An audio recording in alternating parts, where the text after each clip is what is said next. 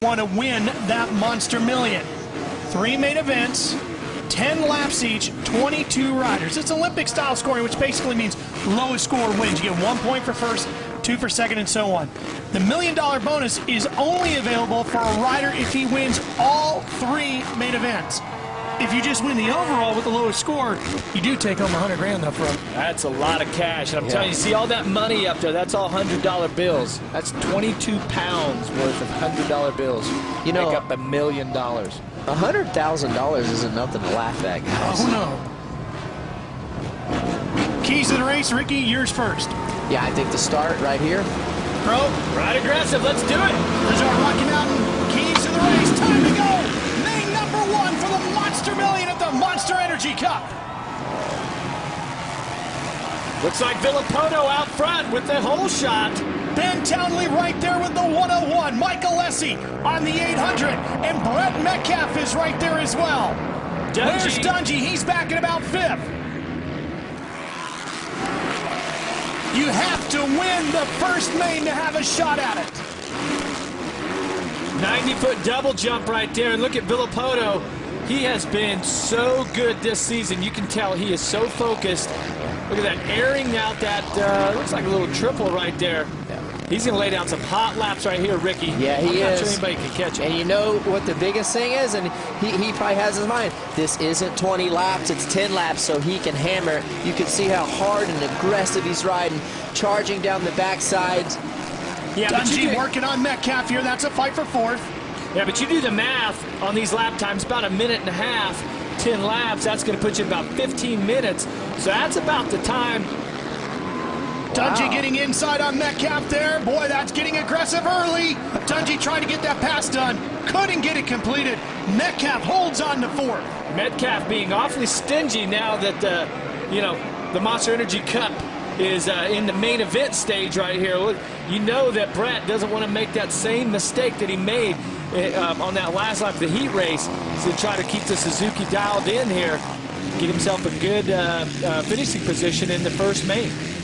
Kevin Windham, how's he doing here? Looks like he's running back at about 20th for now.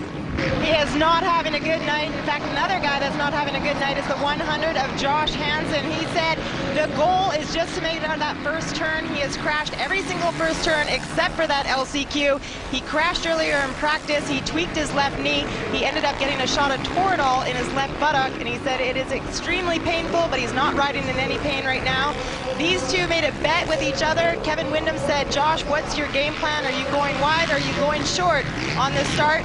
Looks like both of these boys have a lot of work to do as of right now. Windham is now up to 19th, but it looks like his dreams of $1 million here tonight have come to an end. Unfortunate, because I had a lot of my money on him.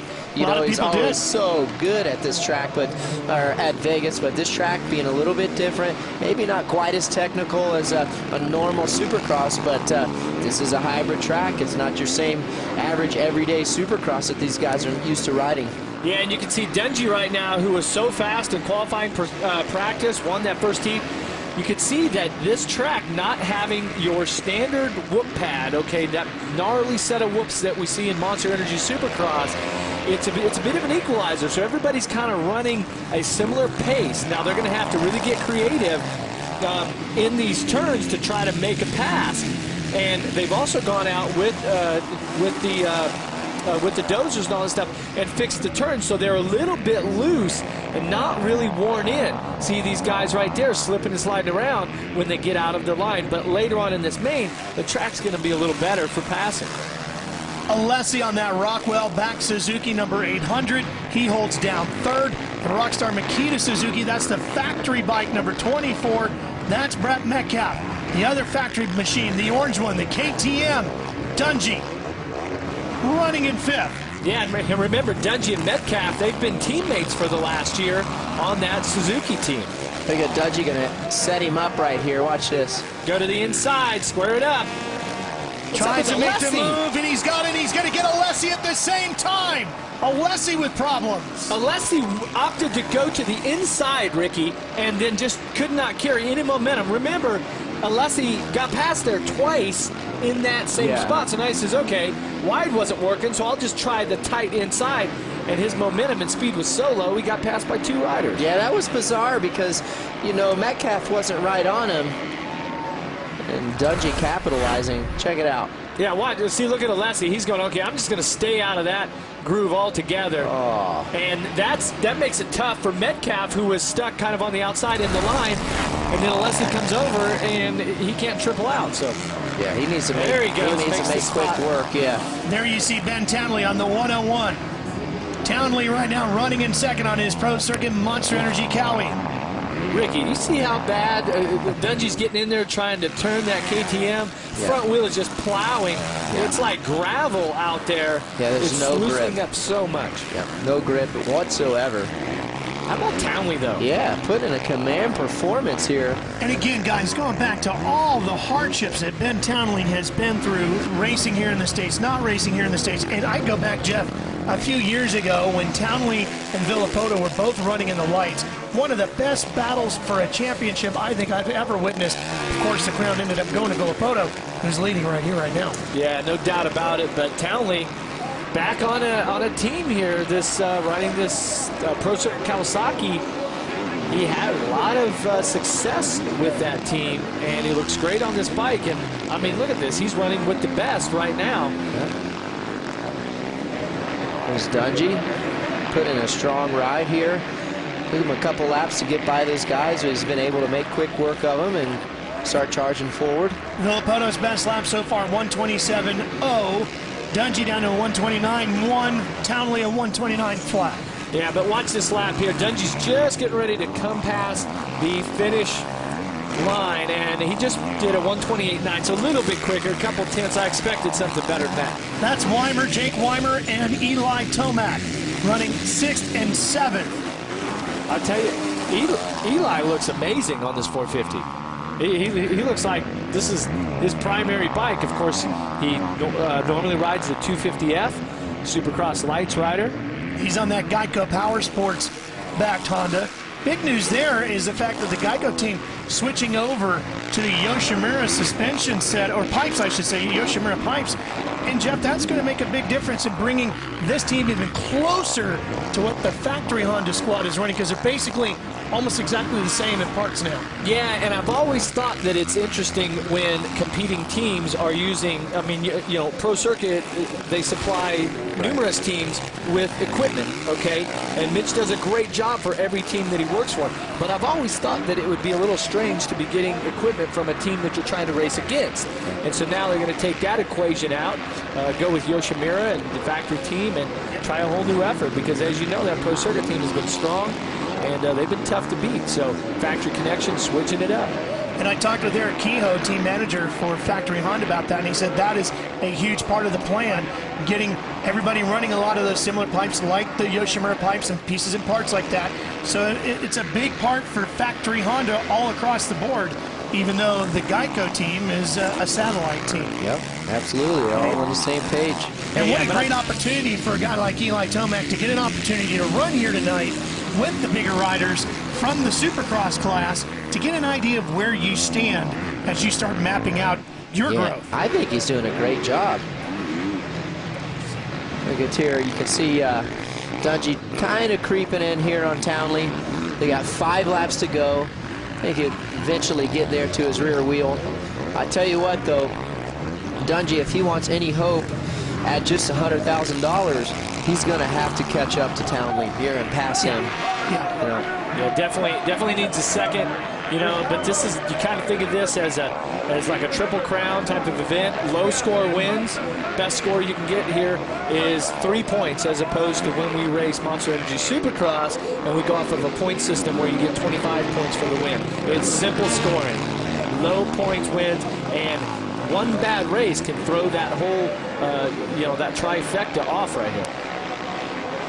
Dungey's got 5 more laps to go. We are halfway through this first main. And I'm telling you, Villopoto is on rails. He's got a 10-second lead. Wow. He just went past the finish line right now. So, yeah, he's 10 seconds flat. And, I mean, he's a couple seconds a lap faster than these guys, so you add it up. Yeah, I would have thought these guys might have been a little bit closer to him on lap times, but that just shows you how fast Ryan Villapoto is. Yeah, he's looking pretty good. But I mean, this is a very impressive ride here for Townley on this bike. But you know, Dungey, he's pretty strong, and as he gets more comfortable and more laps, you know, under his belt with this KTM, I got a feeling he's going to be a force to be reckoned with once again. Well, when we talked to Roger DaCosta earlier today, I asked him outright, you know, is it realistic for you to battle for the championship this year? And he said, absolutely, I expect nothing less. And I believe that Austria and all of the key players at KTM, I believe that they expect the same type of success. And they put a huge effort into this team. And we did speak with Roger some about what it was like way back in the 80s when he went to Honda, then in the 90s when he came to Suzuki, and now to KTM. And he says, I don't have to ask them for any support. They are supplying anything that they can give me. So it's not like a budget thing. They're going, Roger, take the team, get who you want, and make it happen. And he's got 3 great riders. Dungey to ride the 450, Musquin and Roczen will be on these Supercross lights. Musquin. I thought it was Musquin. Wow. Musquin. While you've been off going in circles, we've been doing. Yeah, you've been doing your homework. We did. We asked Marvin, and that's what he said. Cool. Well, from the horse's mouth. Speaking of Musquin's rounding out the top 10, he's got the KTM 350 in 10th. Look at the background. Metcalf's kind of creeping in there. Yeah, he is getting right back into this mix, isn't he? We're still watching Townley and Dungey battling over second, but Brett Metcalf trying to join the party. Well, Ryan Dungey's giving a pretty good run here, Aaron. He most definitely is, and I'm here with Carlos Rivera, Ryan Dungey's mechanic. Carlos, take us through how testing's been going and how Ryan's been adapting to this new bike. So far, he's doing very well. He's been in the bike for about 8 days, and he's actually doing very good. So we'll see what happens. Not much time at all to dial in a motorcycle, and it was just late this week that they actually committed to coming here. Yeah, he sure did. I didn't think he was doing it, and then right at the last second, he did. Wow, I mean, they're still battling here, and Dungey's not making any aggressive moves. He's kind of just been following behind. And I mean, think about it. Villapoto's out front 13 seconds right now, and so for Dungey, he doesn't want to do anything, you know, stupid, but it's time to get aggressive with 3 to go and try to at least get second in this event, in this main. Here he comes inside. No. We've always known Dungey isn't the most aggressive rider. We've seen it in Supercross seasons in past. You know, he picks and chooses a spot, you know. Well, he's really starting to ramp it up a little bit. Can he get the drive? Downley messing with him a little bit. I got to think now that we're into this race here, 10 minutes or so, I would say that Dungey's fitness is going to be his strength. Okay, Townley's been off the bike quite a bit. Not sure where he's at with that. He hasn't shown any, you know, kinks in the armor right now, but time for Dungey to dial up the intensity. Yeah, I mean, he's all over Townley right now. I believe if he got past him, that'd be all she wrote. But I think there he goes. Might get it right here. Ooh, hey, those things are getting a little square edges in there. Yeah, they are. You see, Dungey's bike looks like it's kicking a little bit under braking there. Harsh on the compression. Little Townley's kind of, when he's braking, the bike actually stays a little bit more, it settles down a little bit more. Ricky, you've done a lot of riding and training with Ryan Dungey. Does the bike, we talked to Roger about it, because the bikes are so different from when he rode the Suzuki, they couldn't use the same basic setups that he was used to doing. Does it look like it's a bike that will work with his style? Yeah.